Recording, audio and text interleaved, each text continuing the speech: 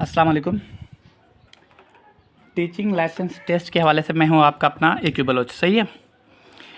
आज का जो हमारा टॉपिक है वो है मेथड्स ऑफ टीचिंग का एक इम्पॉर्टेंट टॉपिक है जिसका नाम है इफ़ेक्टिव क्वेश्चनिंग स्ट्रेटजी। ठीक है, इफ़ेक्टिव क्वेश्चनिंग स्ट्रेटजी ये क्या है? यानी असराइती सवाल करने वाला तरीका। सही है। अब ये क्या होता है? ये दरअसल क्या है, एक पावरफुल टूल है जो है वो हमारा टीच करने का जो वे है उसको चेंज करता है। Transform the way we teach, जो हम पढ़ाते हैं उसको चेंज कर देता है। सही है। और जो सीखते हैं उसके तरीके को चेंज कर लेता है। ठीक है। अच्छा, इफ़ेक्टिव क्वेश्चनिंग स्ट्रेटजी यानी क्वेश्चनिंग आप करें लेकिन आपका क्वेश्चन करने का तरीका क्या होना चाहिए? इफ़ेक्टिव होना चाहिए। इससे क्या होगा कि क्रिटिकल थिंकिंग डेवलप होगी बच्चे के अंदर, एक्टिव पार्टिसिपेशन डेवलप होगी, क्रिटिकल थिंकिंग डेवलप होगी और भी बहुत सारी जो है ना वो चीज़ें डेवलप होंगी बच्चे के अंदर। सही है। अच्छा, अब हमारे पास इफ़ेक्टिव क्वेश्चनिंग टेक्निक्स कौन सी हैं? अब इसको थोड़ा सा गौर से देखिएगा, ये हमारे सिलेबस का बहुत ही इम्पोर्टेंट टॉपिक है। इफ़ेक्टिव क्वेश्चनिंग टेक्निक्स कौन सी हैं? अब जो टेक्निक्स हैं, कुछ तरीके हैं, उनमें से एक तरीका ये है कि भाई वेट टाइम। पहला जो है वो वेट टाइम, यानी आप क्या करें, वेट करें।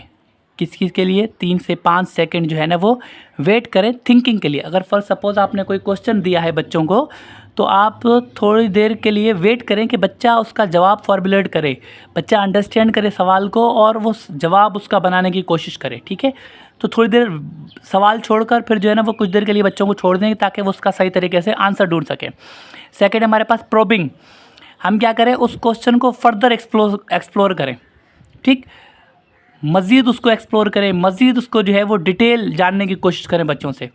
ठीक है। जैसा कि अगर बच्चे ने कोई जवाब दिया है, आप बच्चे को बोलें कि वाई, ऐसा क्यों हुआ, हाउ, ये प्रोसेस कैसे हुआ, इसको हम ऐसे करेंगे तो और क्या होगा। इस तरीके से हम क्वेश्चन को और मज़ीद जो है ना वो क्या करेंगे, प्रोब कर रहे हैं, मज़ीद एक्सप्लोर कर रहे हैं। ठीक।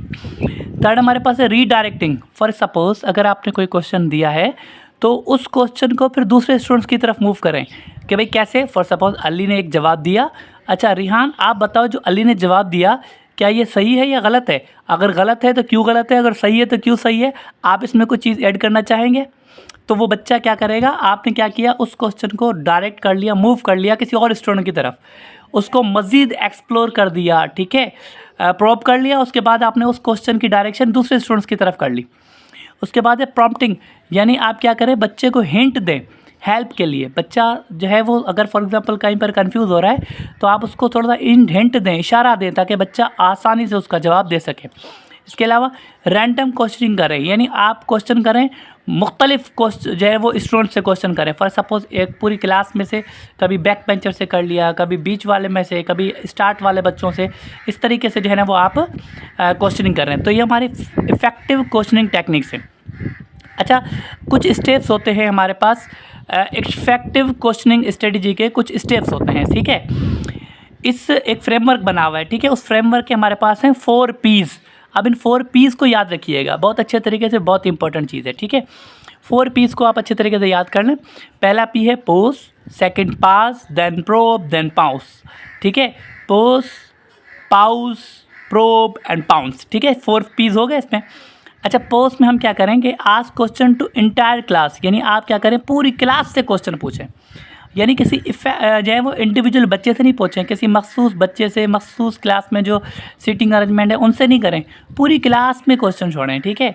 पूरी क्लास से क्वेश्चन पूछें। आप बच्चे को ये नहीं लगे कि ये सवाल सिर्फ एक बंदे से पूछा गया, नहीं, पूरी क्लास से पूछा गया है। उसके बाद आपने क्या किया कि पास करें। मैंने ऊपर बताया कि आप पास हो जाएँ, थोड़ी देर के लिए रुक जाएँ, टाइम दे बच्चे को सोचने के लिए ताकि वो उसका आंसर ढूंढ सके। पहले हमने जो है ना उसको ऊपर कहा था वेट टाइम। सही है। इसी तरीके से प्रोबिंग, इसका जिक्र हम पीछे कर चुके हैं कि हम जो है ना वो फॉलो अप क्वेश्चन करें कि भाई जो है ना वो जस्टिफाई करें, बच्चा बताए कि ये अगर सही है तो क्यों सही है, और उनकी थिंकिंग और बढ़ेगी इससे। इसको मज़ीद एक्सप्लेन करो, अगर ऐसा होगा तो ऐसा क्यों नहीं होगा, और ऐसा है तो क्यों है, ऐसा क्यों नहीं हो सकता, ये आप करेंगे प्रोबिंग में। देन पाउंस में क्या करें कि आप जो है ना वो यही चीज़ कि आप क्वेश्चन को, ठीक है, दूसरे स्टूडेंट्स की तरफ जो है ना वो क्या कर दें, डायरेक्ट कर दें। तो ये हमारे पास क्या हो जाएगा, पाउंस। तो ये 4 P's याद करने, pose, pass, probe and pounce. ठीक है, मेरे ख्याल से ये चीज़ें क्लियर हो गई होंगी। ठीक, देन अपन चलते हैं टेक्निक्स क्या हैं। ठीक है। टेक्निक्स कुछ है, स्ट्रेटजीज कुछ है। ये स्ट्रेटजी जो है वो हमारे पास क्या है, सबसे पहले start with the and in the mind, कि याद करें कि अगर आप क्वेश्चनिंग कर रहे हैं, सही है, आपके माइंड में होना चाहिए कि आप क्या चीज़ बच्चों से पूछना चाह रहे हैं। आपका मेन फोकस होना चाहिए एसएलओज पर, कि हमारा जो एसएलओ है उस लेसन का, उस सबक का, ठीक है, उस टॉपिक का एसएलओ जो है वो अचीव हो रहा है कि नहीं हो रहा है। तो आप जो एंड करें, ठीक है, आपने स्टार्ट किया तो आप सोचें कि आपके एंड में जो है ना वो बच्चे वो एसएलओज अचीव कर जाएं। इस तरीके के सवाल हों, सवाल ऐसे हों जिनसे एसएलओज अचीव हों। दूसरा ये कि आप क्या करें, ओपन एंडेड क्वेश्चन छोड़ें, ठीक है। एक क्लोज एंडेड क्वेश्चन होते हैं, एक होते हैं हमारे पास open ended question. Open ended का मकसद ये है कि उसका जवाब जो है ना वो किसी यस नो पे ख़त्म नहीं होगा, ठीक है। कि फॉर सपोज़ अगर हम माहौल को सही करना चाह रहे हैं, मिसाल के तौर पर आप बच्चों से सवाल करें कि भाई बताएं कि हम माहौल को किस तरीके से बेहतर कर सकते हैं। ये क्वेश्चन जो है ना वो ओपन एंडेड है, यानी बच्चा हर कोई अपने हिसाब से इसका जवाब देगा और इसका एंड बहुत काफ़ी टाइम के बाद आएगा, यानी फ़ौरन ही जवाब नहीं आएगा, सही है। कुछ लाइन वाला 2-3 लफ्ज़ों वाले सवाल नहीं है, ओपन एंडेड सवाल हैं जिसको हम डिबेट कर सकते हैं, जिस पे हम बात कर सकते हैं। अच्छा, फिर क्वेश्चनिंग ऐसे करें कि आप सिंपल से कॉम्प्लेक्स की तरफ जाएं। मिसाल के तौर पर अगर आप कोई टॉपिक आपने पढ़ाया है, पहले आप सिंपल क्वेश्चन करें, फिर आहिस्ता आहिस्ता उसको कॉम्प्लेक्स की तरफ ले जाएं, फिर पेचीदा चीज़ों की तरफ लेकर जाएं, ठीक है। अच्छा, इसके अलावा अगर आपने क्वेश्चन पूछा और बच्चे आपस में डिस्कस कर रहे हैं तो ये भी चीज़ अच्छी है। आप बच्चों के अंदर डिस्कशन का जो है ना वो इनकरेज करें कि बच्चा डिस्कस करे, एक दूसरे से पूछे, बताए, ठीक है, इनकरेज करे, तो ये चीज़ बहुत अच्छी है। इसके अलावा वेट टाइम उनको दें कि भाई बच्चा जो है ना वो आप इंतज़ार करें कि बच्चा जो है ना उसका सही तरीके से जवाब दे।